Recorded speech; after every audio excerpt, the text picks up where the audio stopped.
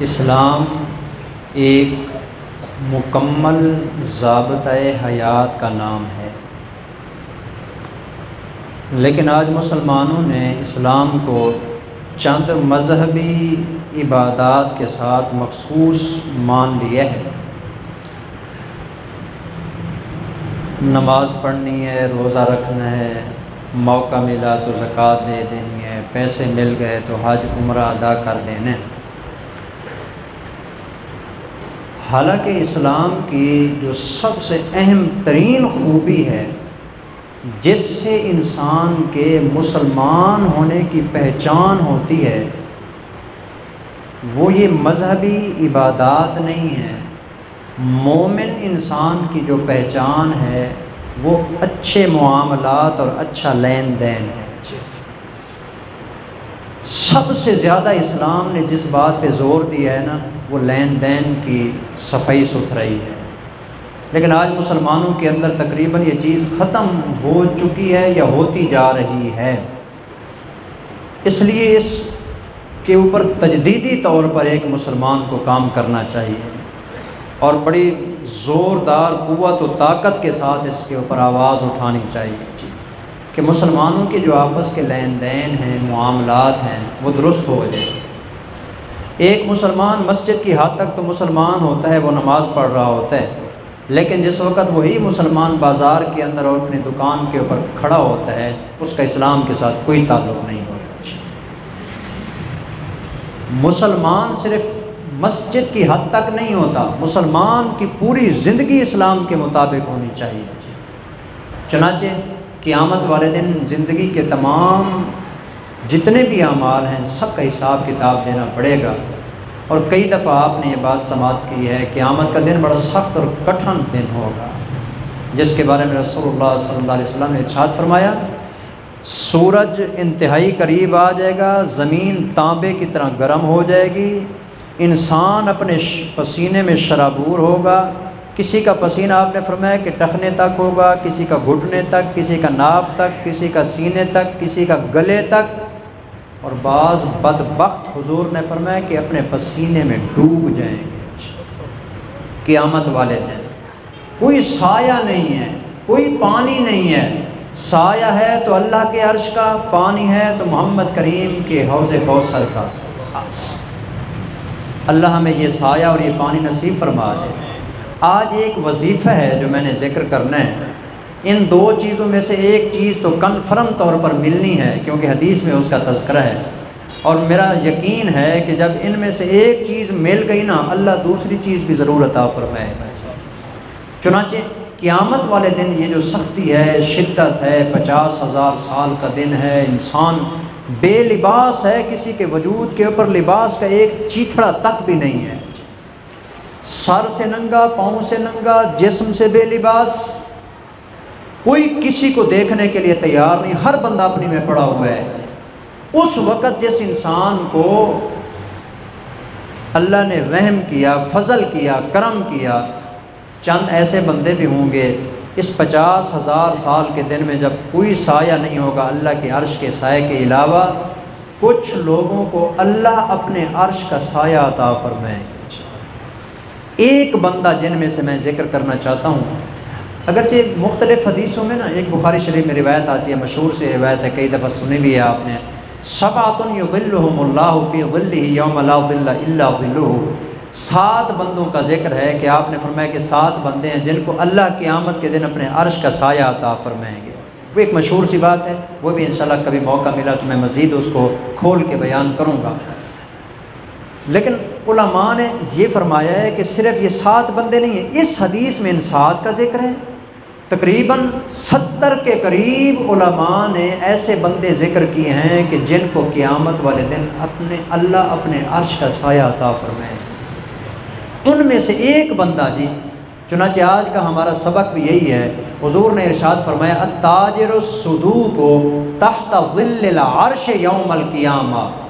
وہ تاجر بندہ جو لین دین کرتے ہوئے، تجارتی معاملات کرتے ہوئے سچ بولتا ہے، قیامت والے دن اللہ اس کو عرش الہی کا سایہ عطا فرمائے۔ سچ بولنے والا تاجر جی، لیکن آج ہمارے معاملات دیکھ لیں، اپنی زندگی ہم دیکھ لیں جی، چند رسم و رواج کے اندر ہم نے اپنے ایمان کو اور اسلام کو بند کر دی ہے، اور جو دوسرے معاملات ہیں اس کے اوپر توجہ ہی نہیں رہی۔ اس لیے کوئی بھی معاملہ کرتے ہوئے، لین دین کرتے ہوئے، تجارت کرتے ہوئے سچ بولنا چاہیے، جھوٹ نہیں بولنا چاہیے۔ چنانچہ نبی کریم صلی اللہ علیہ وسلم کا ایک اور ارشاد گرامی ہے، وہ بھی اسی سلسلے میں ہے۔ آپ نے فرمایا کہ تاجر الصدوق الامین مع النبیین والصدیقین۔ آپ نے فرمایا کہ وہ تاجر جو سچ بولتا ہے، وہ تاجر جو امانت دار ہے، سچ بولتا ہے، جھوٹ نہیں بولتا، امانت دار ہے، کسی کو دھوکہ نہیں دیتا ہے، کم نہیں تولتا، ملاوٹ نہیں کرتا۔ آج مصیبت یہ ہے، ہم نے صرف قرآن کی آیتیں اوپر فرنٹ پہ برکت کے لیے لکھنے کے لیے سمجھی ہوئی ہیں جی، اوپر دکان کے اوپر لکھوا تو دی ہے، من غشنا فلیس منا، جس نے ہم سے دھوکہ کیا وہ ہم میں سے نہیں ہے جی۔ مطلب کیا ہے کوئی پتہ نہیں ہے، بس خالی لکھا ہو۔ یہ کس موقع پر آپ نے حدیث ارشاد فرمائی تھی جی؟ مدینے کے بازار میں حضور جا رہے ہیں، ایک آدمی کھجور بیچ رہا تھا، اوپر سے بڑے خوبصورت کھجور ہیں، آپ دیکھیں گے آپ کے بازار بھی اس طرح کے معاملات سے بھرے پڑے ہیں، بڑے خوبصورت ایسے سجے ہوئے، دیکھتا ہوا بندہ فوراً جائے اور جا کے خریدے جی، جاتے ہوئے بندے کے قدموں کو روک لیں جی۔ حضور آگے گئے، یہ آپ نے اسلام نے نا اپنا بازو اوپر کیا، یوں یہاں تک اپنا بازو کر کے نا اپنا پورا ہاتھ اندر گھسا دیا، اندر سے کچھ کھجوریں گیلی گیلی اور نرم نرم اور کمزور اور ماڑی قسم کی کھجوریں تھیں۔ آپ اس میں سے نا ایک اندر سے جو ہے نا ہاتھ بھر کے لے دکھایا، یہ کیا؟ بس حضور کھجور رکھی تھی، اوپر سے بارش آ گئی، اس لیے جو ہے نا تھوڑی گیلی ہو گئی ہے، میں نے اس کو اندر رکھ دیا، اوپر اچھی کھجور رکھ دی ہے۔ اس وقت حضور نے یہ بات ارشاد فرمائی تھی کہ جس انسان نے مسلمانوں کے ساتھ دھوکہ کیا اس انسان کا مجھ محمد سے کوئی تعلق نہیں۔ آج ہمارا ریڑھی والا ایسے نہیں کرتا، آپ کسی کے سے کیلے اور سیب لینے کے لیے جاتے ہیں جی، سامنے فرنٹ کے اوپر جو سجے ہوتے ہیں، جو دیتا ہے وہ بھی وہی ہوتے ہیں، یقین ہی نہیں آتا کہ یہ وہی ہیں جو ہم نے خریدے تھے۔ ایسی ہاتھ کی صفائی دکھاتے ہیں، پتہ ہی نہیں چلتا کہاں سے انہوں نے جو ہے نا اٹھا کے اور دے دیا۔ اس کے اندر گندے، نرم، گلے سڑے ہوئے، بدبودار قسم کی چیزیں، عجیب تماشا بنا ہوا ہے۔ ملاوٹ کرتے ہیں اس کے اندر، دودھ ہے تو اس میں ملاوٹ ہے، پٹرول ہے تو اس میں ملاوٹ ہے، پتی ہے تو اس میں ملاوٹ ہے، مرچیں ہیں تو اس میں ملاوٹ ہے، جس چیز کے اندر دیکھیں تو ملاوٹ ہے۔ البتہ اوپر فرنٹ کے اوپر لکھا ہوا ہے واللہ خیر الرازقین، اللہ بہترین رزق دینے والا ہے۔ تیرا ایمان کہاں ہے اس آیت کریمہ کے اوپر؟ اگر اس آیت پر ایمان ہوتا کہ رزق اللہ دیتا ہے تو جھوٹ کیوں بولتا، خیانت کیوں کرتا، دھوکہ کیوں دیتا کسی کو، کیوں کسی کے ساتھ غداری کرتا جی، کیوں کم تولتا، کیوں کسی کے ساتھ برا سلوک کرتا؟ اگر تیرا اس بندے کا یقین ہو کہ مجھے رزق اللہ نے دینا ہے، وہ سچ بولے، ملے نہ ملے، اللہ اکبر، یہ کیسے ہو سکتا ہے؟ چلو سوچیں، غور کرنے کا مقام۔ ایک بندہ جھوٹ بولتا ہے، اللہ اس کو رزق دے رہا ہے، کیا خیال ہے اگر سچ بولے گا اللہ نہیں دے گا؟ کمال ہو گئی ہے یار، جھوٹے بندے کو اللہ دے رہا ہے، جو جھوٹ بول رہا ہے، جو دھوکہ کر رہا ہے اللہ اس کو دے رہا ہے، جو غلط بیانی کر رہا ہے اللہ اس کو بھی تو دے رہا ہے نا کسی طریقے سے۔ ایک آدمی سچ بولے اور کہے کہ میں اپنے پیغمبر کی سنت پر عمل کروں گا، اللہ اس کو رزق نہیں دے گا؟ نہیں، آپ یقین کریں کہ اگر سچے دل سے انسان کہے کہ میں یہ کام کر، لوگ کہتے ہیں نا، یہ بات میں اس لیے بتا رہا ہوں کہ آج کل کہتے ہیں جی مولویوں کو کیا پتہ ہے تجارت کیسے کرنی ہے، مولوی کی دوڑ تو صرف مسجد تک ہے، مصلے تک ہے، یہ کام تو ہمارا ہے کہ جھوٹ کیسے بولنا ہوتا ہے، تجارت کیسے کرنی ہوتی ہے، دھوکہ کیسے دینا ہوتا ہے، ملاوٹ کر کے کیسے گاہک کو جو ہے نا پاگل بنانا ہوتا ہے۔ مولویوں کو کیا پتہ یہ کام کیسے ہوتا ہے؟ اس کائنات میں سب سے کامیاب ترین اگر کوئی تاجر خدا ہے تو وہ محمد الرسول اللہ صلی اللہ علیہ وسلم، سب سے کامیاب۔ آپ علیہ السلام کی زندگی بڑے کمال کی تجارت کی آپ علیہ السلام۔ آپ علیہ السلام کو بھی نبوت نہیں ملی، میں نبوت ملنے سے پہلے کی بات کر رہا ہوں، نبوت نہیں ملی ابھی۔ نبوت ملنے سے پہلے حالت یہ ہے، حضرت خدیجہ کا مال لے کے حضور ملک شام گئے تھے، ملک شام تجارت کا سامان لے کے گئے حضرت خدیجہ کے ساتھ ابھی شادی بھی نہیں ہوئی، جوانی کے زمانے کی بات ہے آپ علیہ الصلوۃ والسلام کی۔